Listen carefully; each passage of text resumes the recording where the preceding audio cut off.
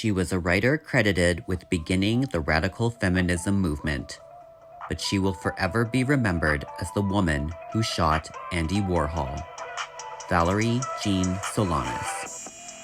Born April 9, 1936, Solanas was a smart but troubled child.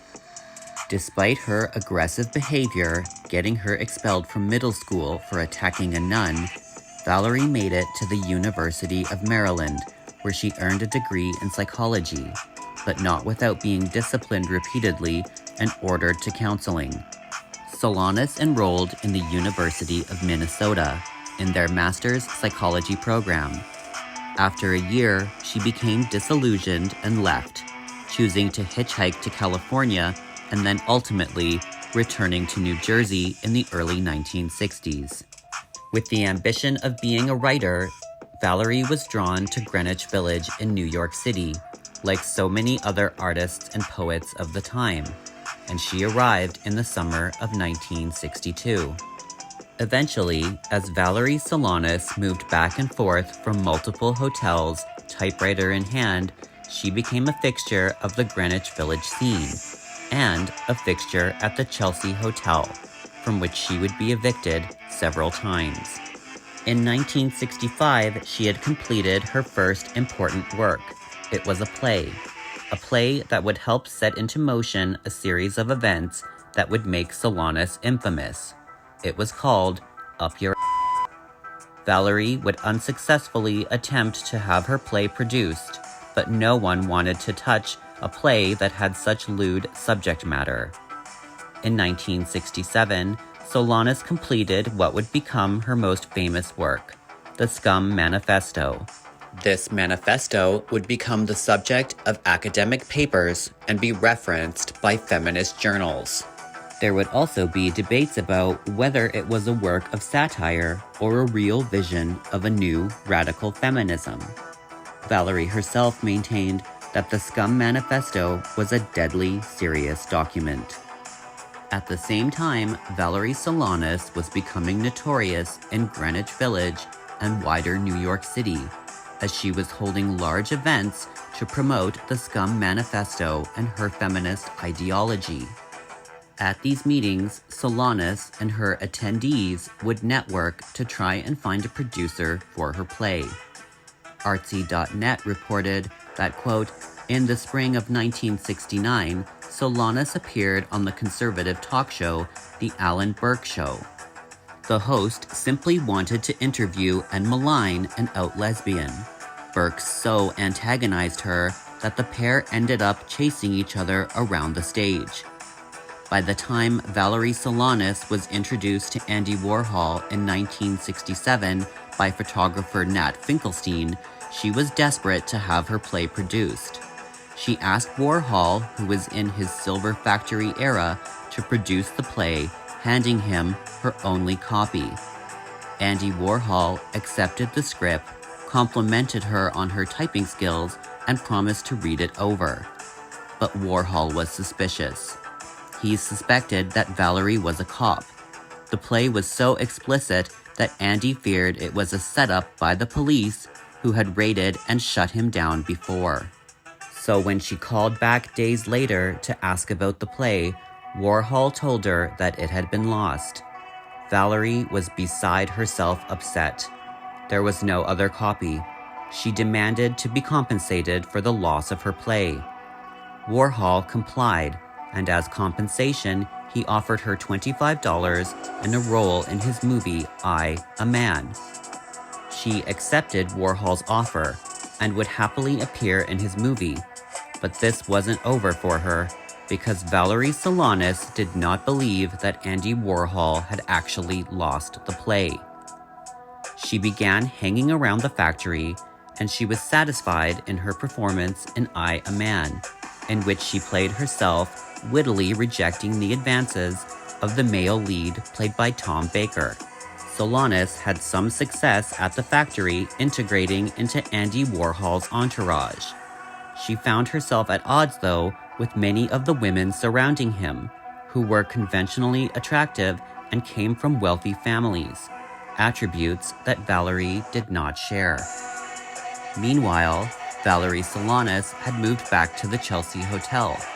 While there, she met fellow Chelsea resident Maurice Girodias, who was the founder of Olympia Publishing. She invited Maurice to the factory to see her performance in I Am Man. Girodias would later describe Solanas as very relaxed and friendly with Warhol.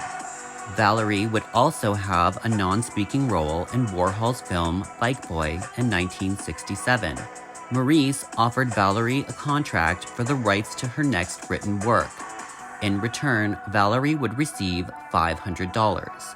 She accepted, but Solanas soon began to believe that Maurice Girodias and Andy Warhol were conspiring against her. She complained to director Jack Morrissey that Maurice would own everything she wrote for the rest of her life. She believed that Andy Warhol and Maurice Girodias were conspiring to produce her play without her.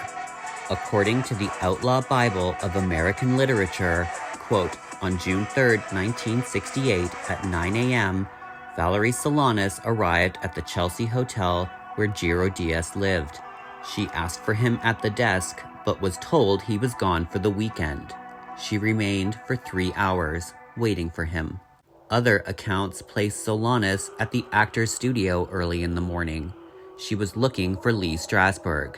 She wanted to give him an unfinished copy of her play.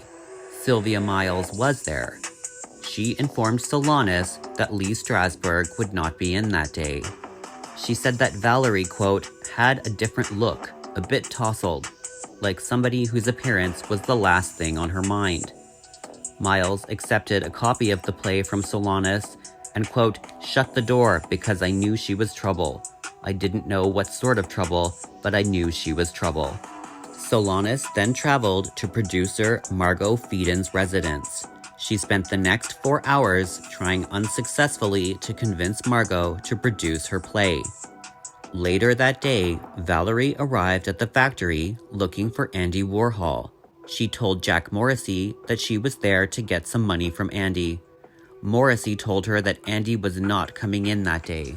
At 2 p.m., Solanas took the elevator up to the factory. Again, Morrissey told her that Warhol was not coming in that day and asked her to leave. But Valerie retreated only into the elevator and continued to wait for Warhol. Eventually, Andy did arrive, and Valerie rode the elevator up to the factory with him. When Jack Morrissey saw her with Andy, he threatened to beat her up if she did not leave. As Morrissey retreated into the bathroom, Andy complimented Valerie on her appearance, remarking that it was unusual for her to be wearing makeup. And then the phone began to ring. As Warhol turned his back to answer the phone, Valerie Solanas pulled out a gun and fired 3 shots at Andy Warhol. 2 of the shots missed, but he was hit by the 3rd. She then shot art critic Marisa Maya in the hip. Then she tried to shoot Warhol's manager, but the gun jammed. As Warhol went in for emergency surgery, Valerie Solanas turned herself in, gave up the gun, and confessed to everything. During the trial, Solanas defended herself, but her statements about the crime were so outrageous that the judge struck her remarks from the record and sent Valerie for psychiatric evaluation. She was eventually declared unstable and was sent to a hospital ward. In August, she was declared incompetent and was moved to a state hospital. The very same month, Olympia Press published her SCUM manifesto. Shortly after, Solanas was diagnosed with paranoid schizophrenia. Valerie Solanas escaped from Bellevue Hospital several times, sometimes for months on end, but eventually she would be found and brought back to the hospital. It was on one such occasion that Valerie Solanas came face to face with former Warhol superstar Edie Sedgwick. After 3 years, Valerie was paroled but then rearrested shortly after for again threatening Andy Warhol. This pattern of release and rearrests for threatening Warhol and his associates would go on for years. In the summer of 1975, Solanas published her own revised SCUM manifesto after Olympia Press went bankrupt and the copyright transferred back to her. Between 1981 and 1985, Solanas was reported as a missing person by her mother. Valerie had spent much of that time homeless and living on the streets. For most of the time between 1985 and 1988, Valerie lived in room 420 of the Bristol Hotel in San Francisco, spending much of her final days writing away on her typewriter. On April 25, 1988, the body of Valerie Solanas was found in her room by a hotel supervisor. The medical examiner determined the cause to be pneumonia. She was 52 years old. The missing copy of Valerie Solanas' play was finally found in 1999 in a box of lighting equipment owned by Billy Name, and it was produced as a play in the year 2000, some 30-plus years after it was originally written. Valerie has become a radical feminist revolutionary thanks to her SCUM manifesto. But as for her wider pop culture legacy, she will forever be just a footnote in the much larger legacy of a man she despised. Well, that's it for today. Thank you for watching this video. Don't forget to like and subscribe, and I will see you guys again for my next upload.